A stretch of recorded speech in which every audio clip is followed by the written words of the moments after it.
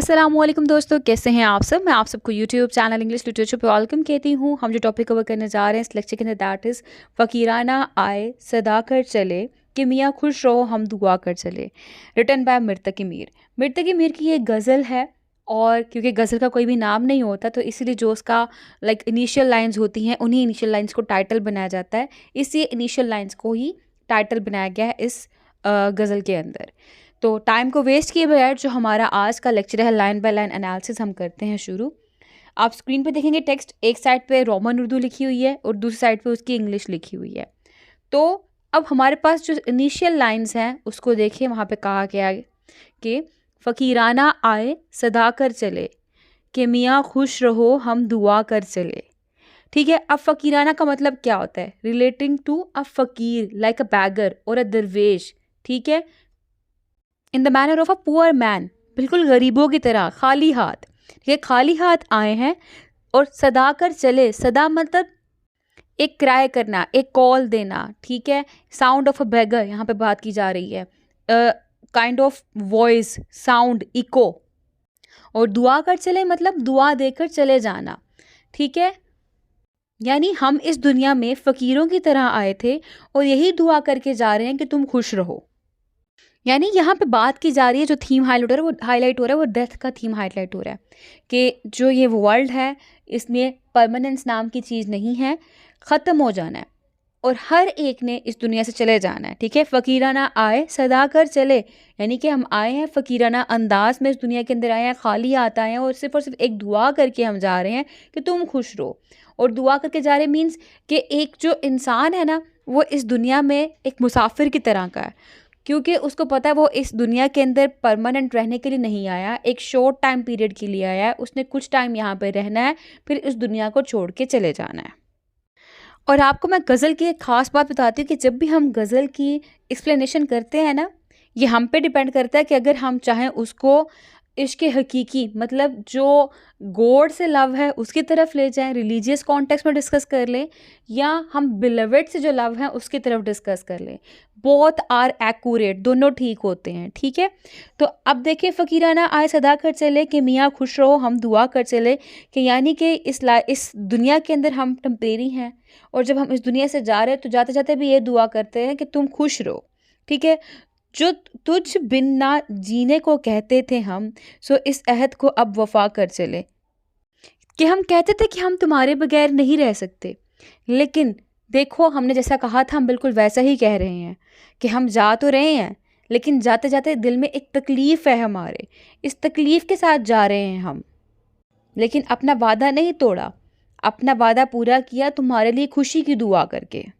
और इसी के साथ साथ जो तुझ बिन ना जीने को कहते थे हम, यानी कि हम कहते थे कि I can not live without you, मैं तुम्हारे बगैर नहीं रह सकता, लेकिन तुम मुझे जब छोड़ के चले गई हो, अब मैं अकेला हूँ तो मैं भी नहीं रह सकता, मैं भी ख़त्म होने वाला हूँ। सो इस अहद को अब वफा कर चले, यानी कि अब मेरी भी डेथ करीब है, मैं भी मरने वाला हूँ क्योंकि तुमने मुझे छोड़ दिया है। फिर है शिफा अपनी तकदीर ही में ना थी कि मकदूर तक तो दवा कर चले।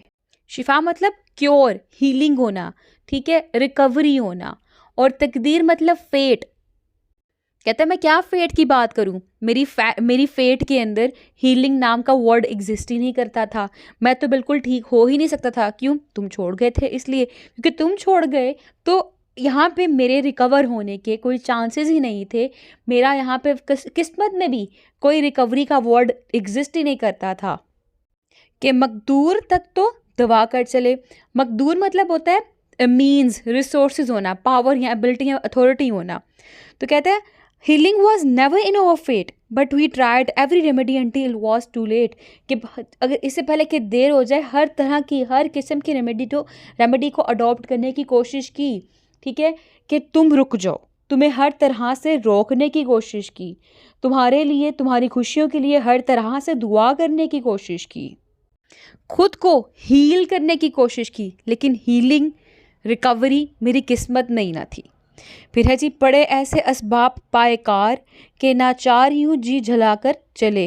असबाब मतलब belongings, worldly goods, furniture, things, articles, luggage वगैरह जितने भी होते हैं, ठीक है। या फिर कॉजेज, रीज़न, मोटिव्स, जस्टिफिकेशंस वगैरह सारा कुछ फॉल करता है असबाब के अंदर। फिर पाएकार मतलब कंप्लीशन ऑफ वर्क, इसको पायाने कार भी कहते हैं, ठीक है, कि जो काम है उसका मुकम्मल हो जाना।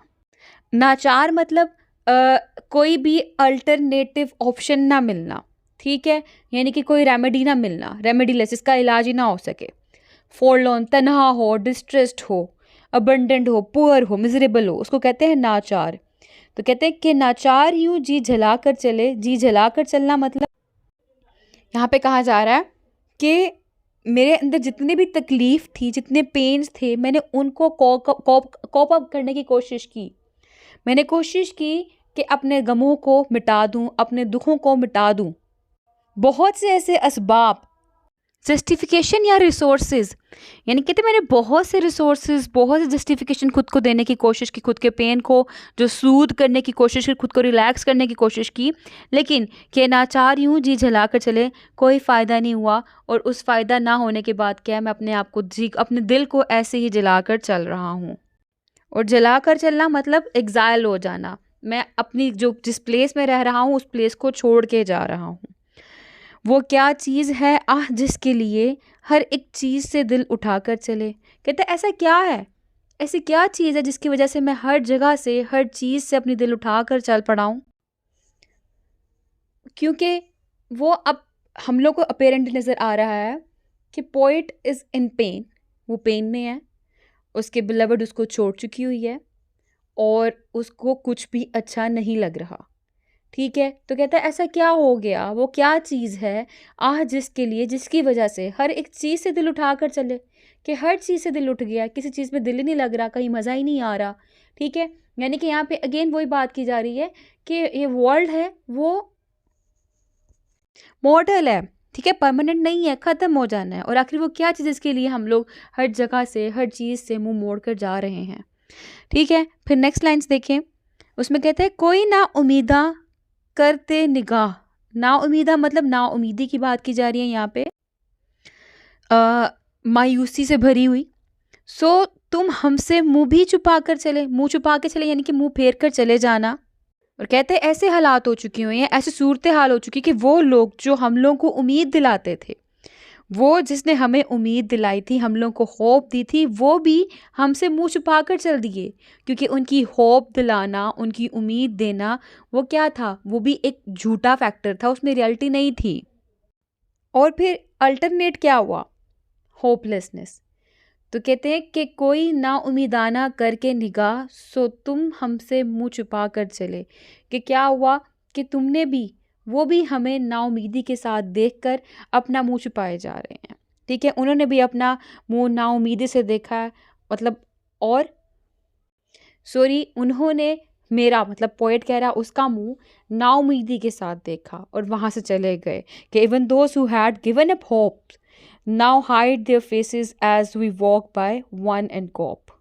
कि कुछ बचा ही नहीं, होप का एलिमेंट भी नहीं बचा, होपलेसनेस का थीम यहाँ पे हाईलाइट हो रहा है। बहुत आरजू थी गली की तेरी, सो यहाँ से लहू में नहा कर चले। कि मेरी ख्वाहिश थी, मेरी विश थी कि मैं तुम्हारी गली में बैठूं, तुम्हें देखता रहूं, लेकिन यहाँ से लहू में नहा कर चले मतलब खून से भर जाना, सर से लेके पाँव तक खून से भरना। और खून से भरने से मुराद क्या पे है, यहाँ पे है कि गमगीन इतना हो जाना, इतना पेन में होना, इतना सफरिंग में होना कि अपने बिलीवर्ड को हासिल ना कर पाना। कि बिलीवर्ड ने अपने मतलब जो पोइट है उस पोइट को ज़रा भी इम्पोर्टेंस ना दी, रिस्पेक्ट ना दी, नाराज़ हो गई, उसकी तरफ देखा तक नहीं। और इसीलिए पोइट जो है वो कहता है कि जब वो अपने बिलीवर्ड से मिल नहीं पाया, उसको देख नहीं पाया, और उसकी ख्वाहिश थी कि वो उसकी गली में बैठा रहता, उसको देखता रहता, लेकिन जब देख नहीं पाया तो वो लहू से भर गया, यानी वो खून से भर गया। खून से भरना मतलब वो इतना ज़ख्मी हो गया, इतना पेन में आ गया, तकलीफ़ में आ गया कि वो खुद को ज़िंदा लाश कंसीडर कर रहा था। फिर है दिखाई दिए यूं के बेखुद किया, हमें आपसे भी जुदा कर चले। अब जब पोइट अपनी बिलवेड को देखता है तो कहता है कि वो हम लोग को मुझे वो इस तरह से नज़र आ रहा था, उसका बिलवेड पोइट को इस तरह से नज़र आई कि उसने उसको हर चीज़ से बेगाना कर दिया, बेखुद किया, हमें अपने आप से भी जुदा कर चले। यानी कि हर चीज़, जो भी चीज़ उसके इर्द गिर्द थी वो उसको नज़र नहीं आ रही थी जब उसने अपने बिलवेड को देखा। और उसके बाद क्या हुआ कि जब उसने अपने बिलवेड को देखा, इवन कि वो अपने आप के बारे में भी, अपनी खबर के बारे में भी भूल गया, उसको अपनी भी होश नहीं रही। यानी जब एक महबूब अपने महबूब को देखता है, महबूबा को देखता है, वॉट, तो उस टाइम पे जो इसकी फीलिंग्स हैं वो बता रहा है कि उसको देख के मेरी क्या कंडीशन थी, मेरी क्या सूरत हाल थी कि मैं उसको देख के पूरी दुनिया को ही भूल गया, मैं खुद की ज़ात को भूल गया, मुझे होश ही नहीं रहा। जब ही सजदा करते ही करते गई, हक बंदगी हम अदा कर चले। अब जब ही सजदा, यानी कि जब ही यहाँ पे बात की जा रही है फोरहेड के बारे में, कि फोरहेड जो है वो क्या है, झुका हुआ है सजदे के अंदर। और बंदगी मतलब दुआ करना, इबादत करना, और गॉड की प्योर इमोशंस के साथ यहाँ पे इबादत की जा रही है। यानी जो हमारा माथा था, जो सर है, वो सजदा करता रहा है, और उसके बाद इस तरह से हमने बंदगी का हक अदा कर दिया। अब अगेन आप इसको दो पर्सपेक्टिव में भी डिस्कस कर सकते हैं, एक लव गॉड के लिए और एक लव बिलवेड के लिए, कि वो कहता है कि मैं गॉड के आगे सजदा किया, सजदा करके गॉड की इबादत की, और इबादत करके उनसे मैं तुम्हें मांगता रहा, ठीक है, मैं तुम्हारी खुशी मांगता रहा। हम ऐसा कर सकते हैं, ठीक है। मीन्स टू से दैट अभी हम लोग इसको बिलवेड के साथ रिलेट कर रहे हैं कि वो बिलवेड के लिए दुआ कर रहा है, बिलवेड को गॉड से मांग रहा है, बिलवेड की खुशियाँ मांग रहा है। और ऑन द अदर हैंड अगर हम इसको गॉड के साथ रिलेट करें तो यहाँ पे ही है कि जो इंसान का सर होता है वो बनाया इसलिए गया है कि वो अल्लाह के आगे झुके, तो वो अल्लाह को सजदा कर रहा है। और अल्लाह को सजदा कहता है कि मैंने जब अल्लाह को सजदा किया, इबादत की, तो यानी कि मैंने बंदगी का हक अदा कर दिया, इबादत का हक अदा कर दिया है, क्योंकि इस सर को बनाने वाला भी अल्लाह है और इस सर को अल्लाह के सिवा किसी के आगे झुकना नहीं चाहिए, ठीक है। तो ये गज़ल का फ़ायदा होता है कि गज़ल को आप दोनों पर्सपेक्टिव में डिस्कस कर सकते हो, एक बिलवेड के कॉन्टेक्स्ट में भी, दूसरा लव विद गॉड के कॉन्टेक्स्ट में भी। फिर है पूछतिश की यहाँ तक के आए अब बट तुझे, नज़र में सुबह की खुदा कर चले। पूछतिश मतलब बेसिकली होता है पूजा करना, इबादत करना। तो यहाँ पे हम लोगों को काइंड ऑफ पोइट का ये एटीट्यूड नज़र आ रहा है कि पोइट अपने बिलवेड से इतनी मोहब्बत करते हैं कि वो कहते हैं कि मैंने तो अपनी बिलवेड की इबादत ही शुरू कर दी, यानी अपने इश्क की इंतहा वो बता रहा है। और गज़लों में अक्सर ऐसी लाइंस हम लोग को नज़र आ जाती हैं जिन लाइंस में पोइट जो होता है ना, वो गॉड को और बिलवेड को इक्वल रैंक पे ले आता है अपनी मोहब्बत का इजहार करते करते।